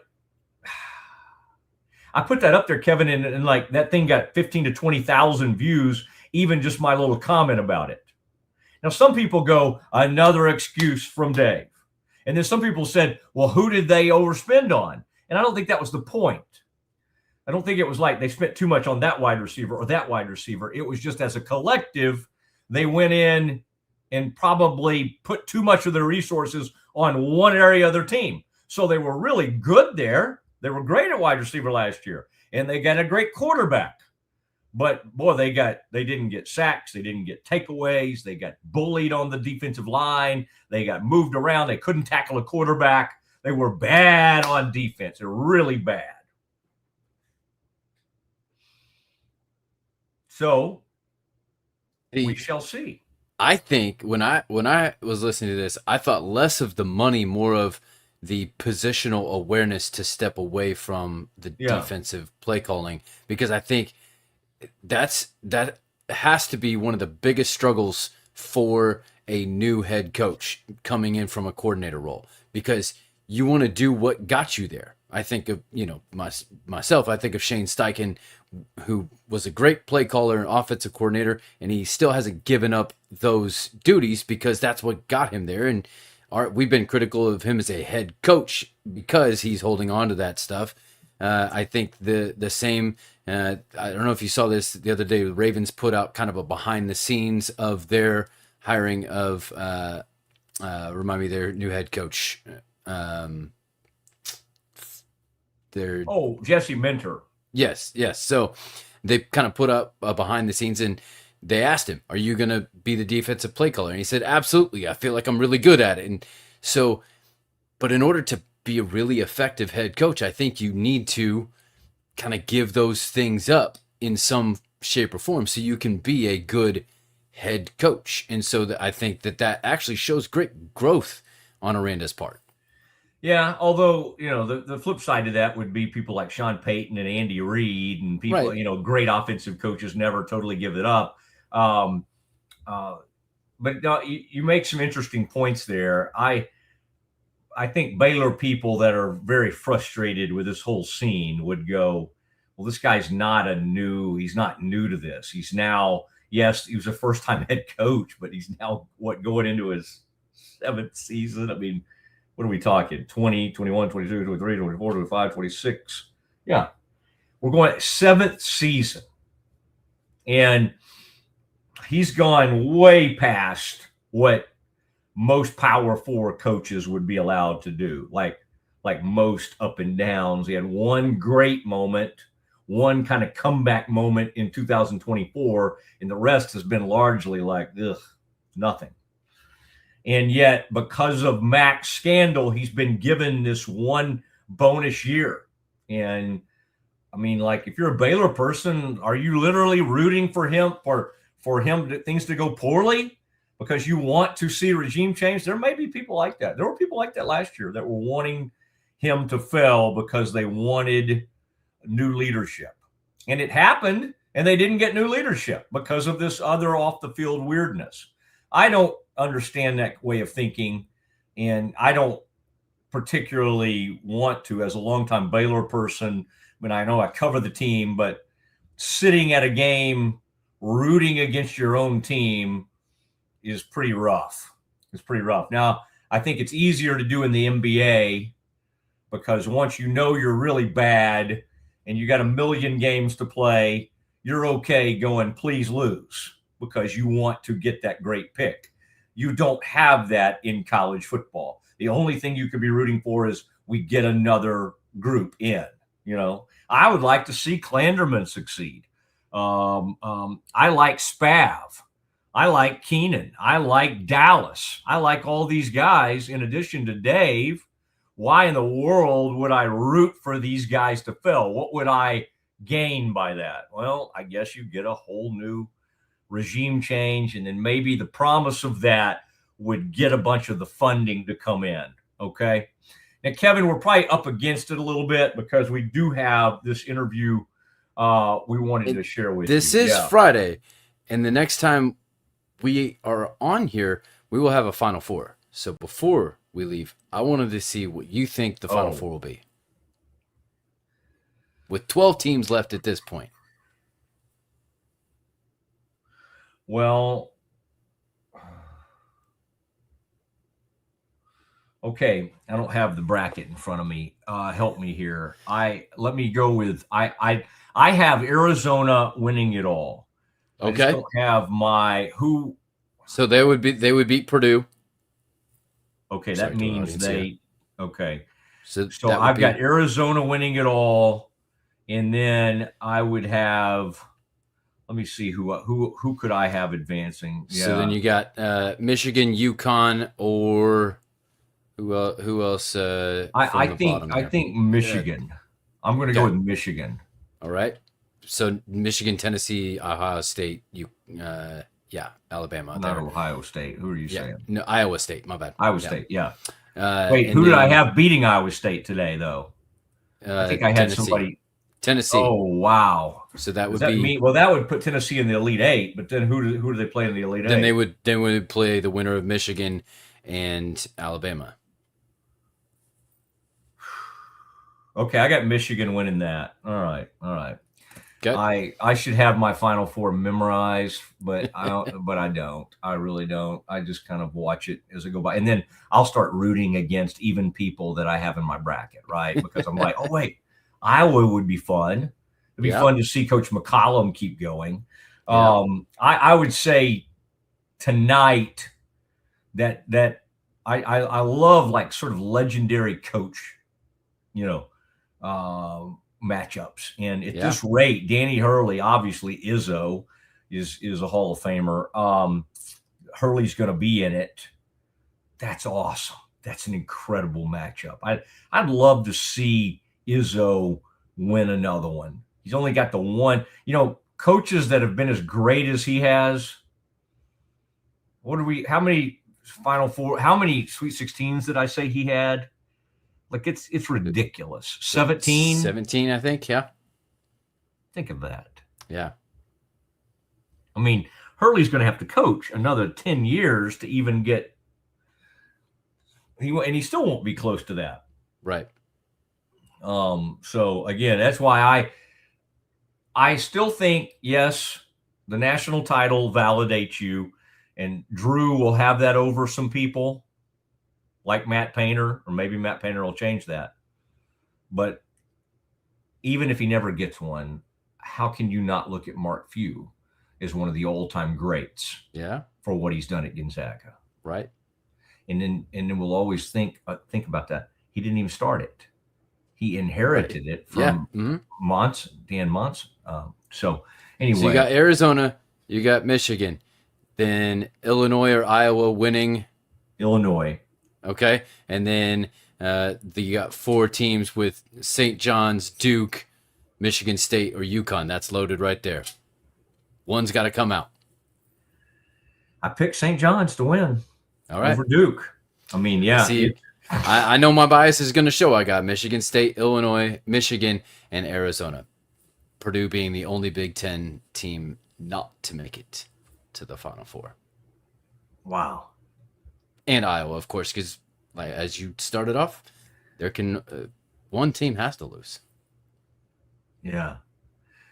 All right. Wow. That is going to be a fun weekend. I'm going to be on the road. I'm headed to College Station, and I'll be hanging out there with my daughter on Tridelt Dad's weekend there. Man, it's been fun. We're going to leave you with a little bit of an interview we had the other day, and a lot of people have responded to this because we covered a lot of ground. And let's not forget that April 1st, which is Wednesday, Kev, I think that's right. Yeah. At like 9:30 at night, the Bears will start their quest in something we call the crown. Heavy is the head who wears the crown. Wow. It's going to be great. It's going to be fun.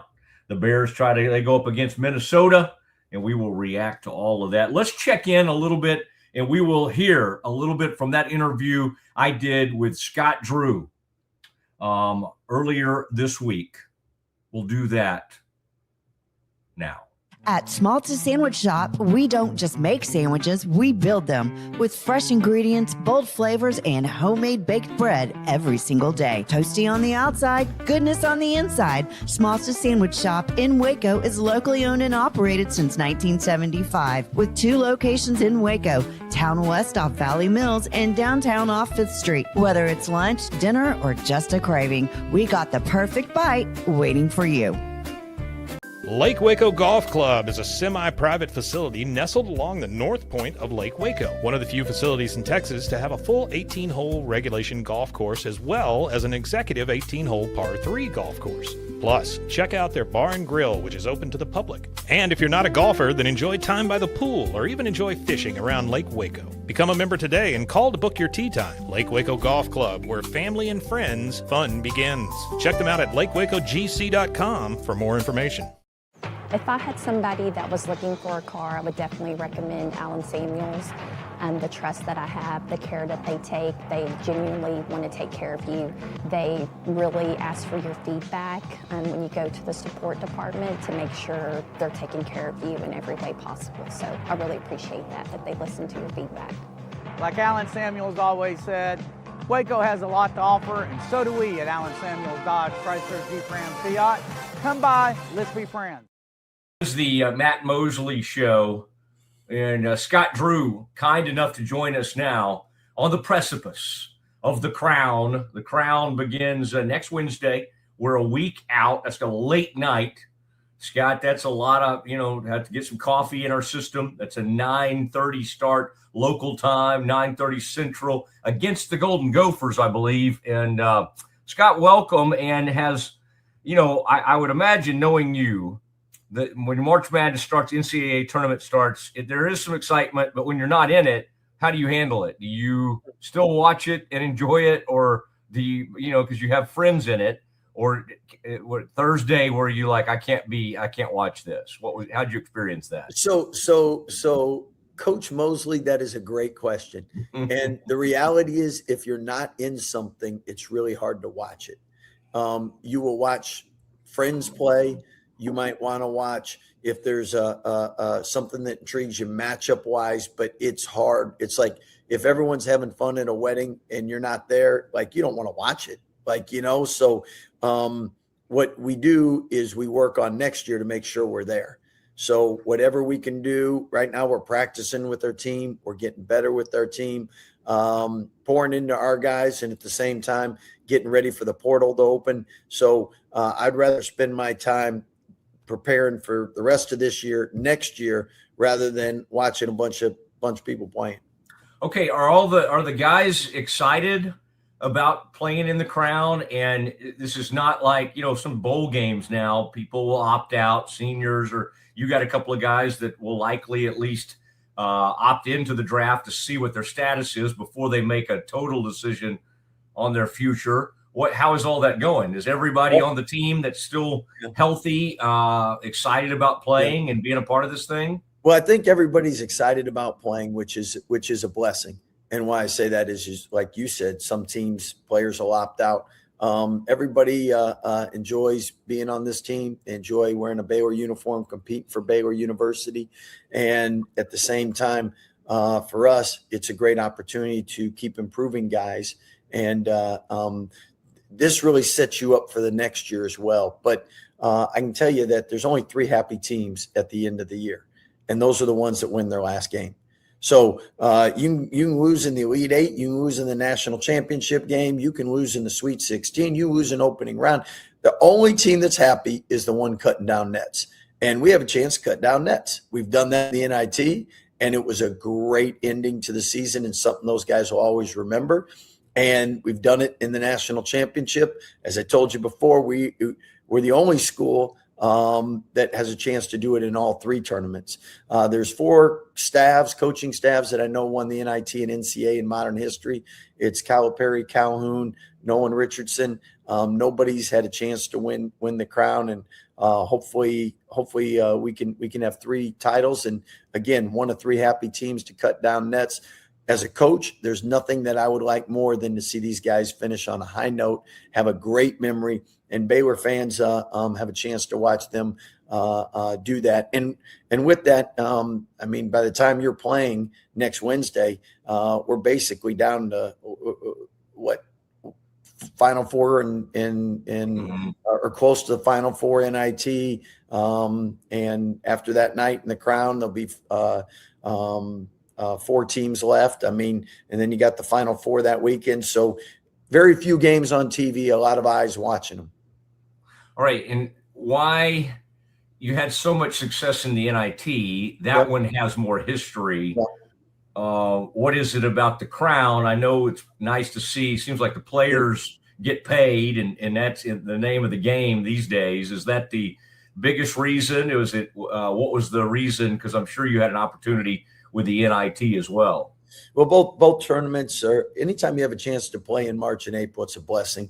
With the Big 12, I know we were sent that path first, and with the Crown, you got a bunch of good teams with good names, and at the end of the day, if you ask somebody, would you rather get paid to play or not get paid? People are going to say get paid. So, but at the end of the day, that money, like I always like the nets we have from the NIT and NCAA, I know exactly where they're at. Maybe the clothes that or whatever they purchase with whatever money they earn, they might not know about that in 10 or 15 years, but they'll always have a memory of cutting down nets and have that piece of net. So my point is the money's great for the players, and I'm sure they would rather have it than not have it, but the opportunity to win a championship and have joy not only for themselves and the team, but also for the Baylor family having a chance to see that. That's really rewarding. So it's a great opportunity. Now, you asked, are they excited? Yeah, they're excited for the Crown, just like if we would have gone to the NIT, they'd have been excited for the NIT. Does anybody really want to practice for 2 weeks or so? Not really. So we got to enjoy. We got to make sure we keep practice where they're motivated and excited. So we mixed up some things, done some things different, just because you get to that end of the season, and basically that last month and a half, you're doing the same thing.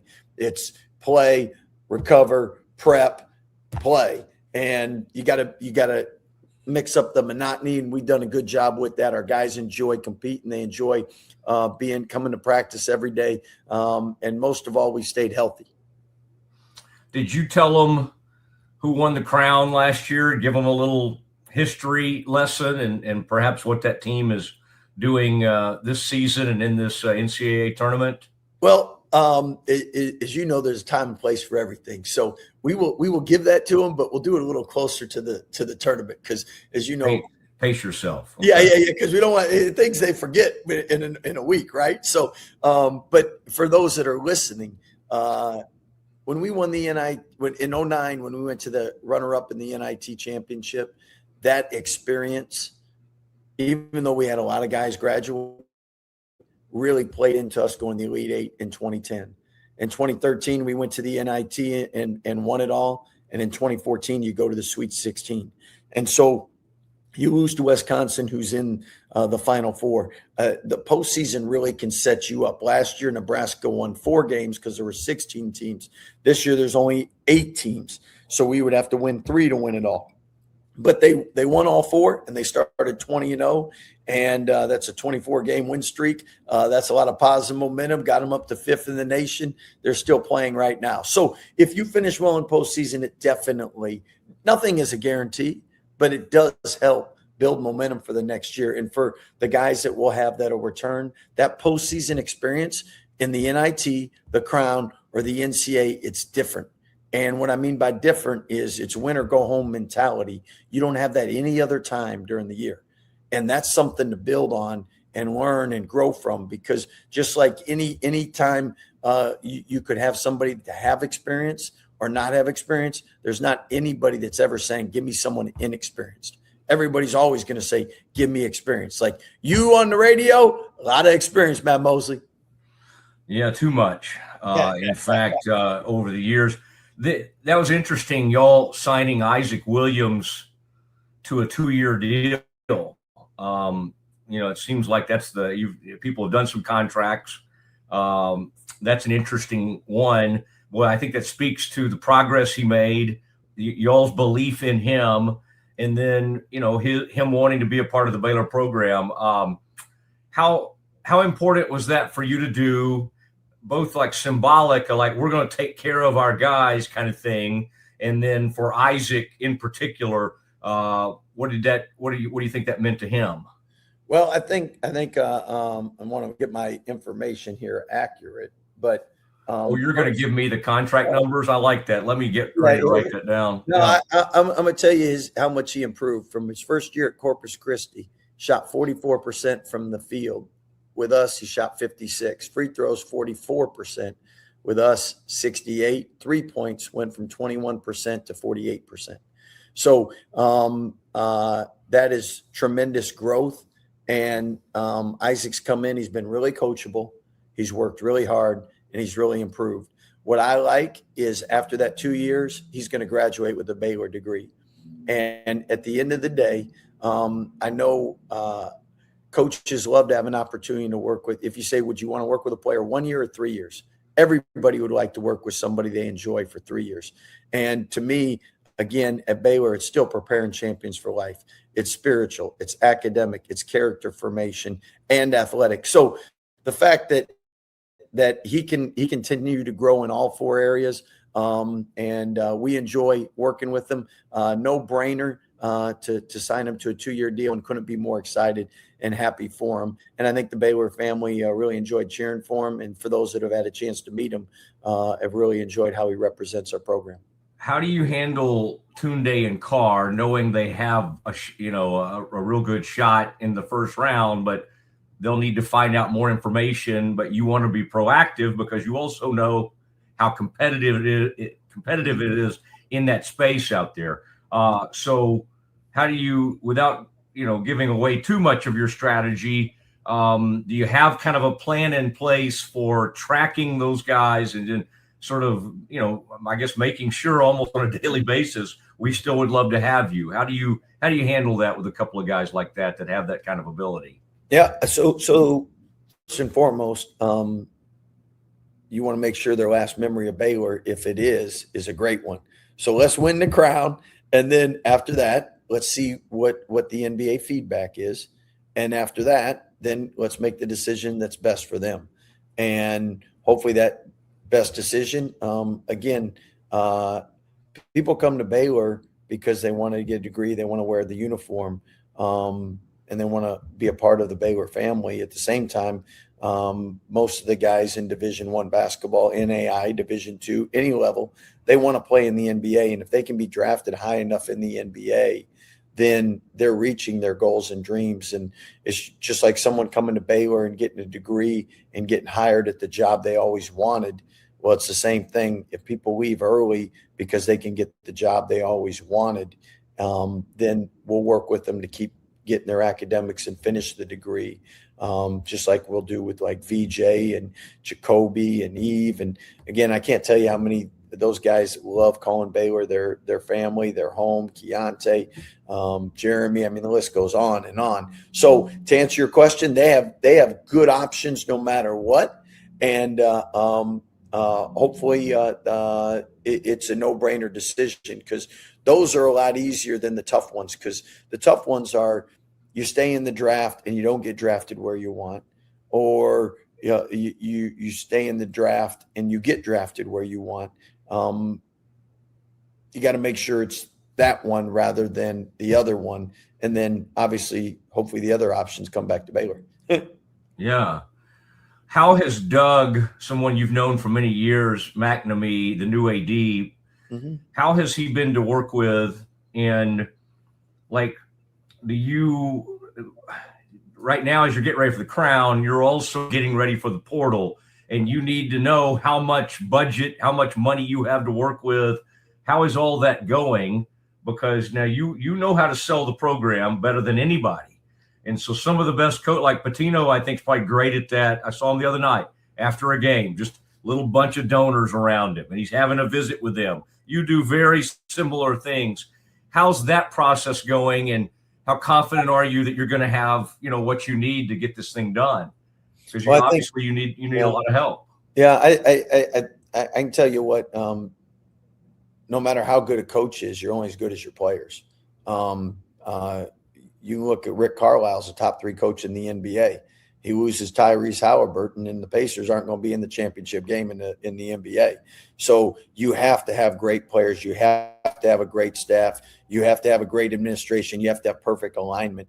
The good thing is Doug is somebody that has created a lot of excitement with the donors because he knows a lot of them. Being a Baylor alum, being in the business world, he brings a lot of different connections.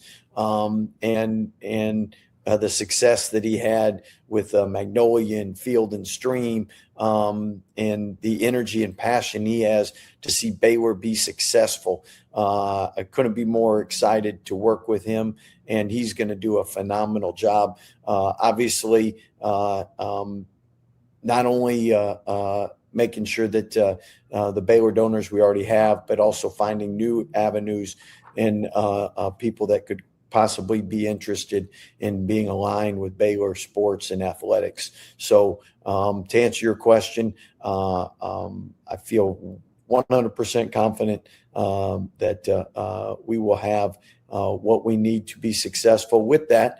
Every year you look at your team and you start with yourself and what could I have done better with them? And what have I learned?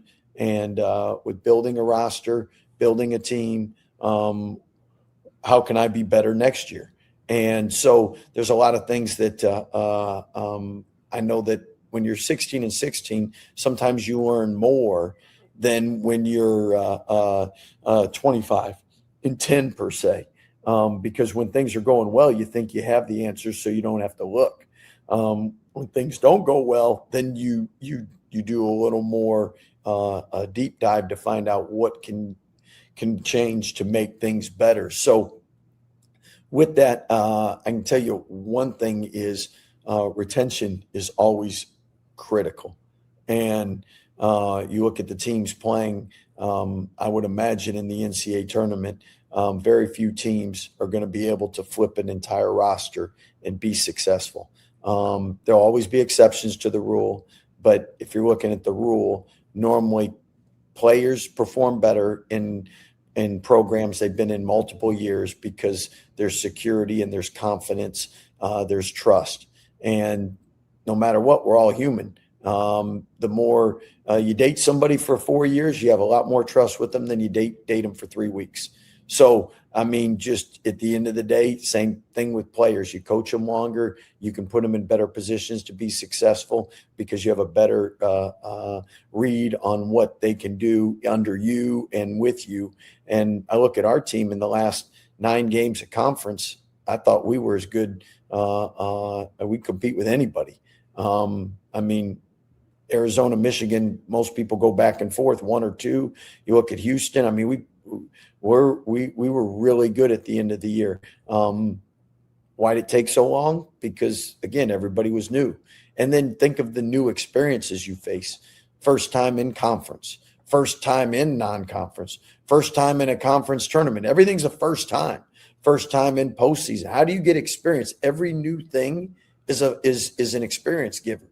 So like postseason, this is like Big 12 tournament. It was a different feeling. First time you're in a Big 12 tournament, it's a different feeling. Would you rather have somebody that's done it 2, 3, 4 years? Absolutely. Would you rather have someone in postseason that's done it 2, 3, 4 years? Absolutely. So my point with this is I think retention starts, and it's great with Isaac. We'll retain more people than we did last year, and then we'll continue to try to bring in people that if they can reach their goals and dreams, be a one and done, great. If not, and they come back to Baylor, that's we would love to work with them as long as we can. All right, and then I think folks would like to know some of the players that were you had too many players that were sidelined. Obviously, Bodo gets injured. And then Michael Perez, another injury, and not to mention a guy going elsewhere for more money and all that kind of stuff.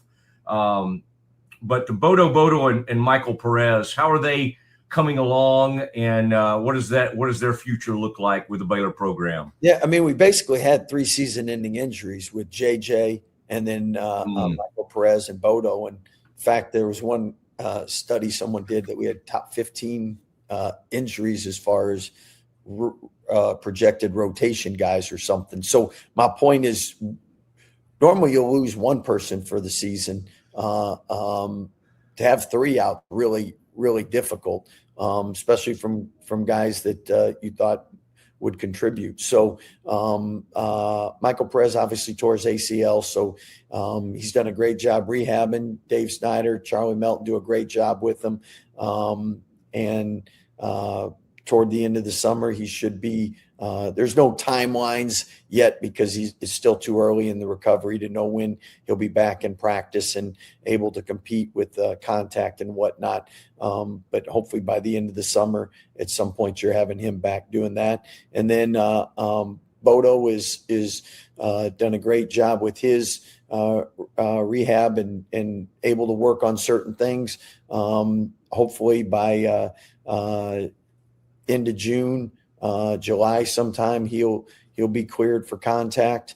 And then JJ is been able to do more and more, and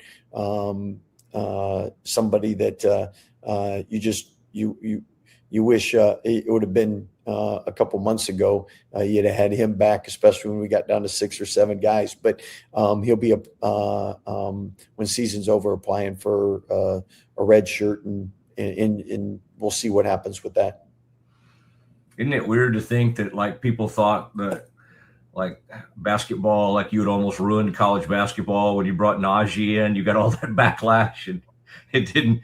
Obviously you took an interesting risk there, and it didn't get the immediate help that you had hoped. Would you do it again? Maybe so, because I think you were in that place of we're in a rough shape. We gotta have some help. So and again, I think James, somebody that health wise, if when he came in, thought he would be able to go, and obviously still recovering from a back injury, and that slowed him down in things that he was able to do. And as far as a quality young man, he's been a blessing to have on the team and be around. Everybody really likes him. We wanted to add somebody at summer and during the semester, and we were able to do that. And unfortunately, a big part of why he wasn't able to help us as much as he would have liked, we would have liked at the time, was because of his health. All right, and what gives you the most hope for fans out there wondering, okay, how do you flip this? Like you said, that was good the way they finished, but there's also a good chance that 2 of your star players won't be back next season. Is it more of the retention that you talked about, or just overall, without spelling it out too much, do you just have in your mind a way to put this roster together and hopefully have more injury luck? What gives you hope that you're not going to suffer through another one of these? Prayer. But with that, I think, first of all, we will have retention. Second of all, we have learned a lot as far as just putting a roster together where you do have a lot of new faces. And I think who you bring in, what you bring in, how you target, we learned a lot. And I would be very surprised if we're in this situation again next year, because that would mean that we've made a bunch of new mistakes, because we're not going to make the same mistakes again.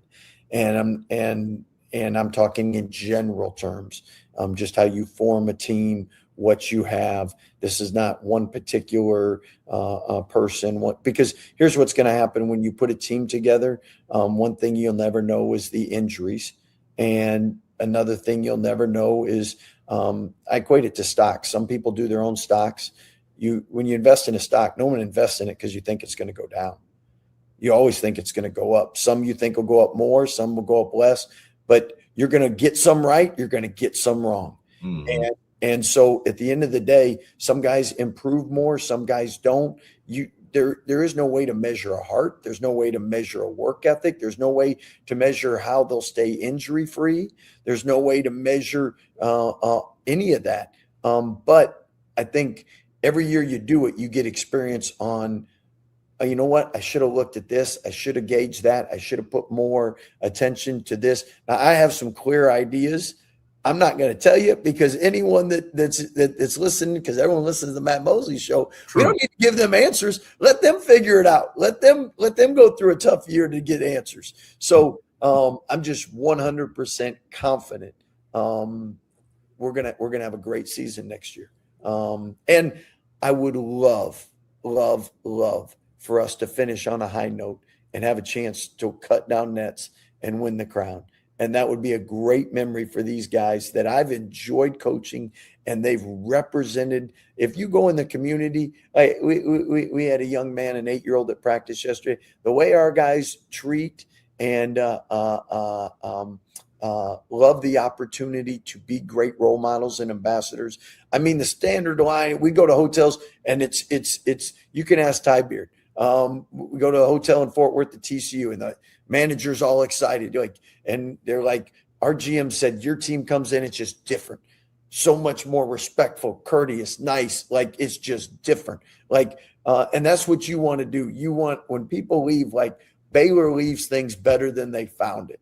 And we got great young people. As a coach, I want them to have a great young feeling. For our Baylor fans, you just look at a track record.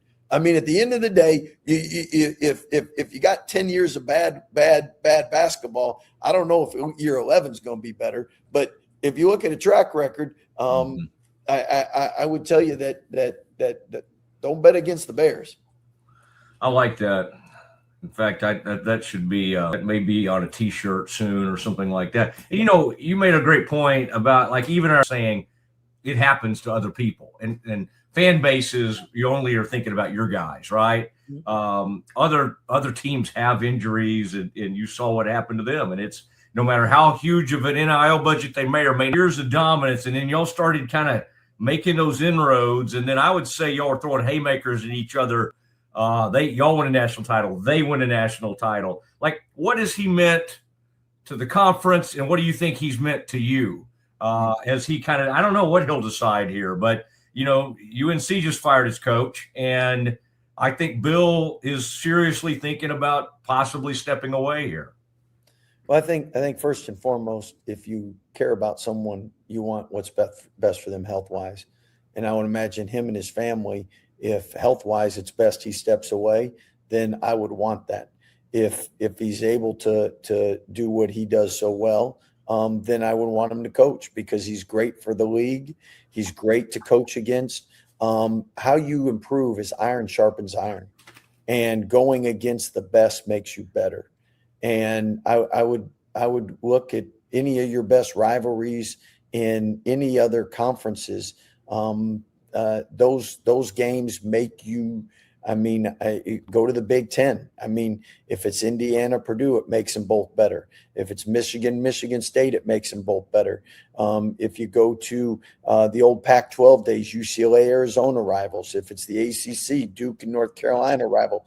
Like, you can say in the last 10 years, Baylor, Kansas, I think our records are even, in fact, 6-6 or something in the last 12. But we've gotten a lot better because we've competed against them. Scott, I appreciate it. I've been ready to visit with you at here at the end, but the season hasn't ended. The Crown next Wednesday, late night, 9:30, and Fox did the kind of rollout of this. This is a Fox property, and this is Vegas, so Scott, be careful. I know we don't want to have all those Baptists up there in those casinos and whatever happens in those places, but best of luck to you, and really appreciate the time today. Well, thank you very much. And for those fans that are coming out to Vegas, have a great time. Be safe, and hopefully we give you a lot to cheer for. Would love to finish this year in a way that gives everyone a great memory, and that is our goal. And then hopefully that springboards us to next year. But I can promise you the Bears will be back. Love that. Scott Drew on the Matt Mosley Show. That is our show for today. As part of Central National Bank's partnership with Baylor Women's Basketball, we asked Coach Collin to take a shot at improving the efficiency of our drive-thru.